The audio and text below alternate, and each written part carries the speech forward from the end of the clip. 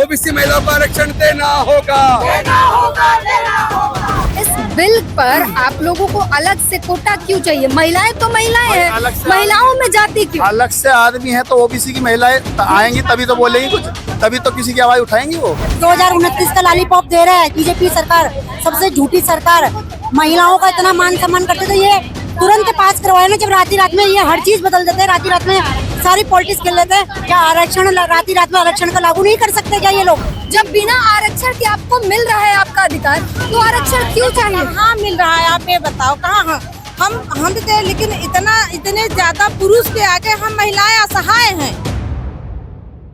नमस्कार, मेरा नाम है ब्यूटी गिरी और आप देख रहे हैं बतंगड़। इस वक्त दिल्ली में महिला आरक्षण बिल जो 33% जिसमें प्रावधान है कि सदन में राजनीति में और राजनीतिक भागीदारी बढ़ाने के लिए 33% महिलाओं को आरक्षण मिलेगा, उसका विरोध है क्योंकि उसमें ओबीसी के लिए प्रावधान नहीं है। ओबीसी को अलग से उसमें आरक्षण नहीं दिया गया है।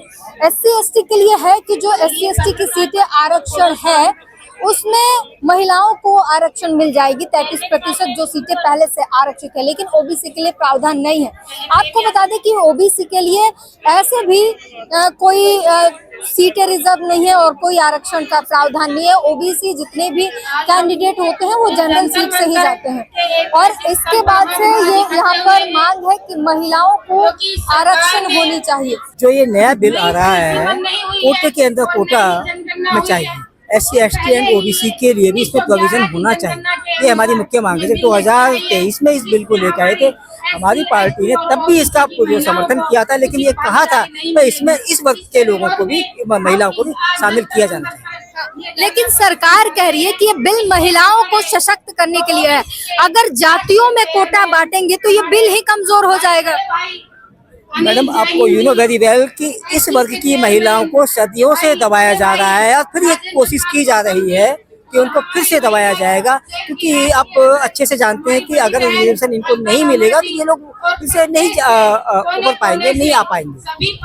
ओबीसी का चुनाव में कोई रिजर्वेशन नहीं होता है। जितने भी ओबीसी नेता होते हैं जनरल सीटों से लड़ते हैं ना, फिर भी ओबीसी के नेता हमारे सदन में है कि नहीं है? देखिए, इनका जब तो ये उपेक्षित होते हैं ना, रिजर्वेशन नहीं तभी तो उपेक्षित होते हैं। अगर इसमें रिजर्वेशन हो जाएगा, इसमें एक प्रोविजन या प्रावधान हो जाएगा तो इनका एक मजबूरी बन जाएगी कि इनको फिर ये करना ही पड़ेगा, देना ही पड़ेगा।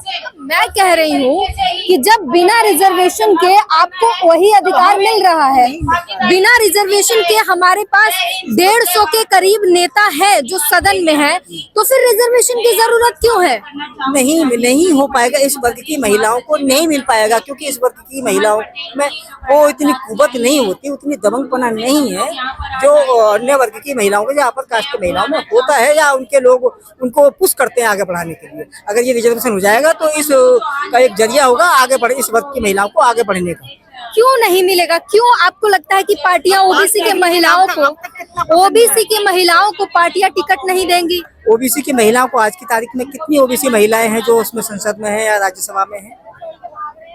अभी भी 4-5 तो महिलाओं की 4-5 तो जब महिलाओं की संख्या ही 15% है, उसमें से कुछ ओबीसी, कुछ मुस्लिम, कुछ सब है। SC ST ओबीसी मुस्लिम जनरल सारी महिलाएं 15% में ही है। नहीं, 15% से ज्यादा हैं, लेकिन उसमें भी जो हमारा बनता है, राइट बनता है, उसको हमें मिलना चाहिए। इस बिल पर आप लोगों को अलग से कोटा क्यों चाहिए? महिलाएं तो महिलाएं हैं, महिलाओं में जाति क्यों? अलग से आदमी है तो ओबीसी की महिलाएं आएंगी तभी तो बोलेंगी कुछ, तभी तो किसी की आवाज उठाएंगी वो।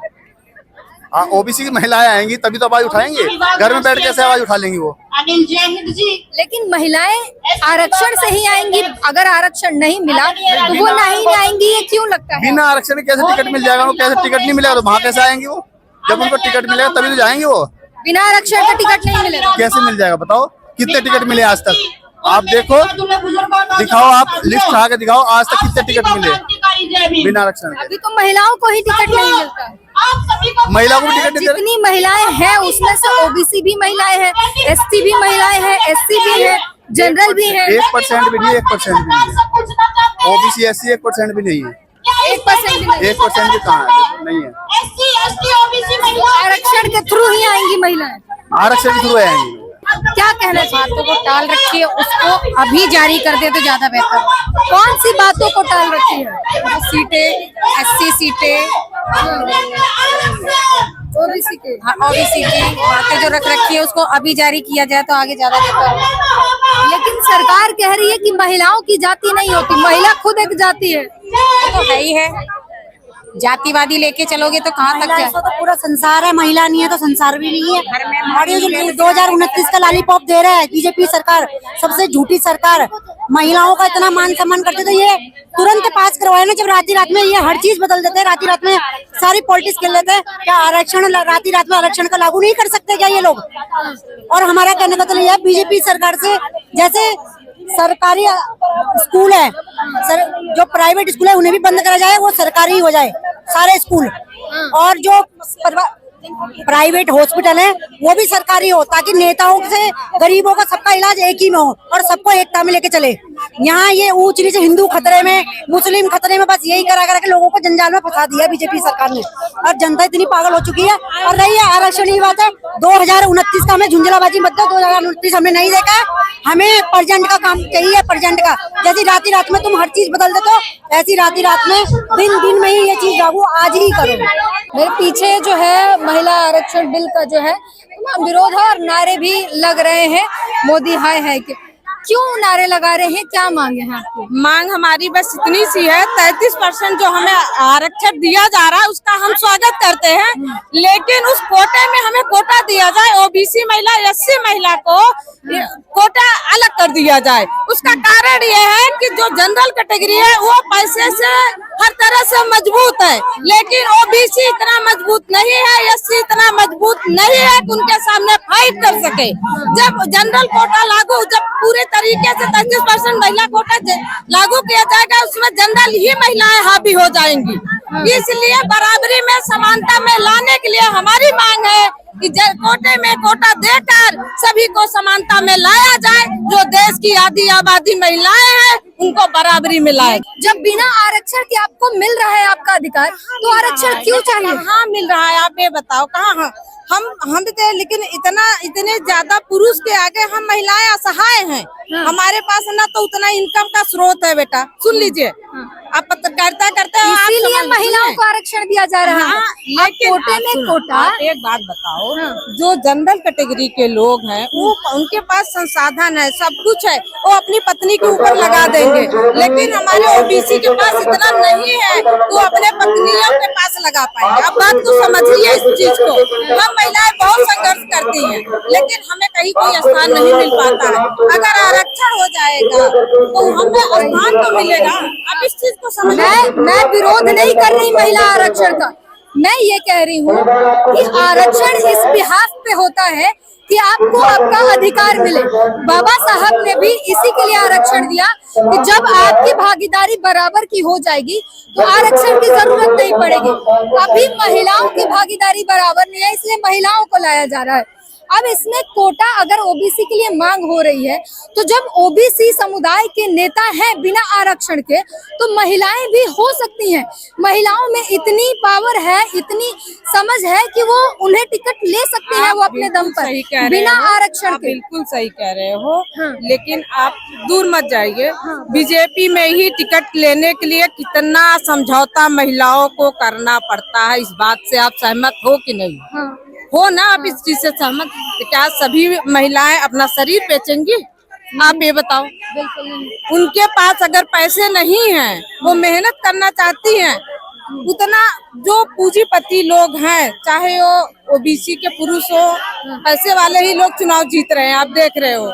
उतना पैसा क्या, उतनी आर्थिक तौर से हमारे देश की आधी आबादी जो महिलाएं हैं पैसे से ताकतवर हैं? आप बताइए। अगर कोटा हो जाएगा तो मजबूरी होगी सभी पार्टियों को कि उनको टिकट देना ही पड़ेगा।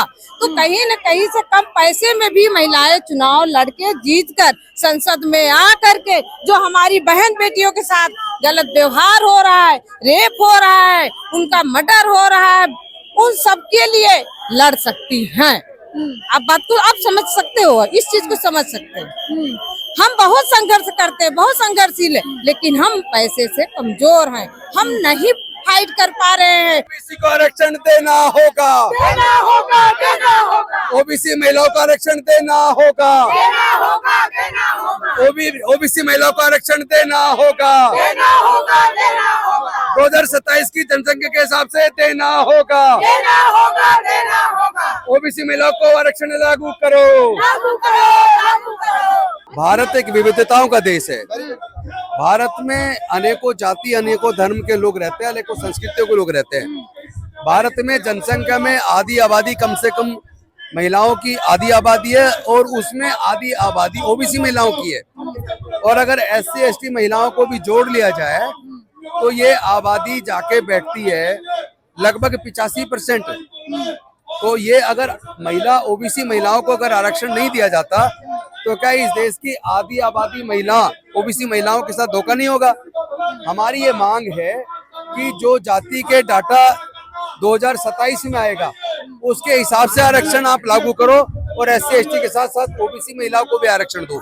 क्योंकि अभी जो भारतीय जनता पार्टी आरक्षण देने की बात कर रही है, लागू करने की बात कर रही है, वो 2011 की जनगणना के हिसाब से कर रही है, जबकि इस बीच 4 से 5% SC ST की जनसंख्या बढ़ चुकी है।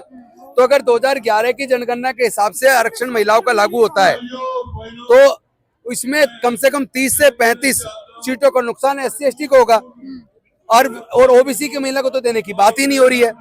ओबीसी की महिलाओं के साथ तो पूरा धोखा हो जाएगा। एक तरफ मोदी जी कहते हैं मैं ओबीसी हूँ, अरे ओबीसी हो तो ओबीसी की महिलाओं का भी तो ध्यान रखो। तो हमारी ये मांग है कि ये 2027 की जनगणना का जो डाटा है उसके हिसाब से आरक्षण लागू होना चाहिए, और उस महिलाओं के 33% आरक्षण में कोटे के अंदर कोटा होना चाहिए। SC ST के साथ साथ ओबीसी की महिलाओं को भी उसमें हिस्सेदारी, भागीदारी मिलनी चाहिए। लेकिन ओबीसी के लिए पहले से भी चुनाव में किसी प्रकार का रिजर्वेशन नहीं है, आरक्षण नहीं है। पंचायती राज में ऑलरेडी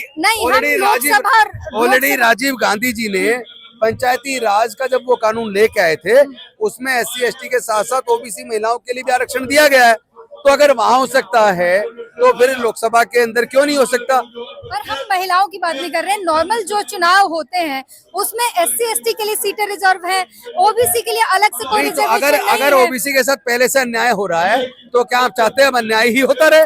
मैं कह रही हूँ क्यों ओबीसी को रिजर्वेशन नहीं है, जनरल सीटों से लड़ने के बाद भी हमारे पास ओबीसी के बहुत से नेता हैं। जब आप संविधान में संशोधन ला रहे हैं, बिल में संशोधन ला रहे हैं, तो इस बात का भी संशोधन ले आइए कि ओबीसी को भी उसमें रिजर्वेशन दिया जाएगा। दिक्कत क्या है उसमें? अगर सरकारी नौकरियों में ओबीसी को रिजर्वेशन दिया जा सकता है तो फिर संसद के अंदर क्यों नहीं? पर सवाल यह है कि जब बिना रिजर्वेशन के हमारे पास नेता आ सकते हैं तो फिर रिजर्वेशन की जरूरत क्या है? ये बात तो कल को अगर हम आज मान लें तो कल को SC ST पे भी लागू कर देंगे, वो तो ये हमें स्वीकार नहीं है।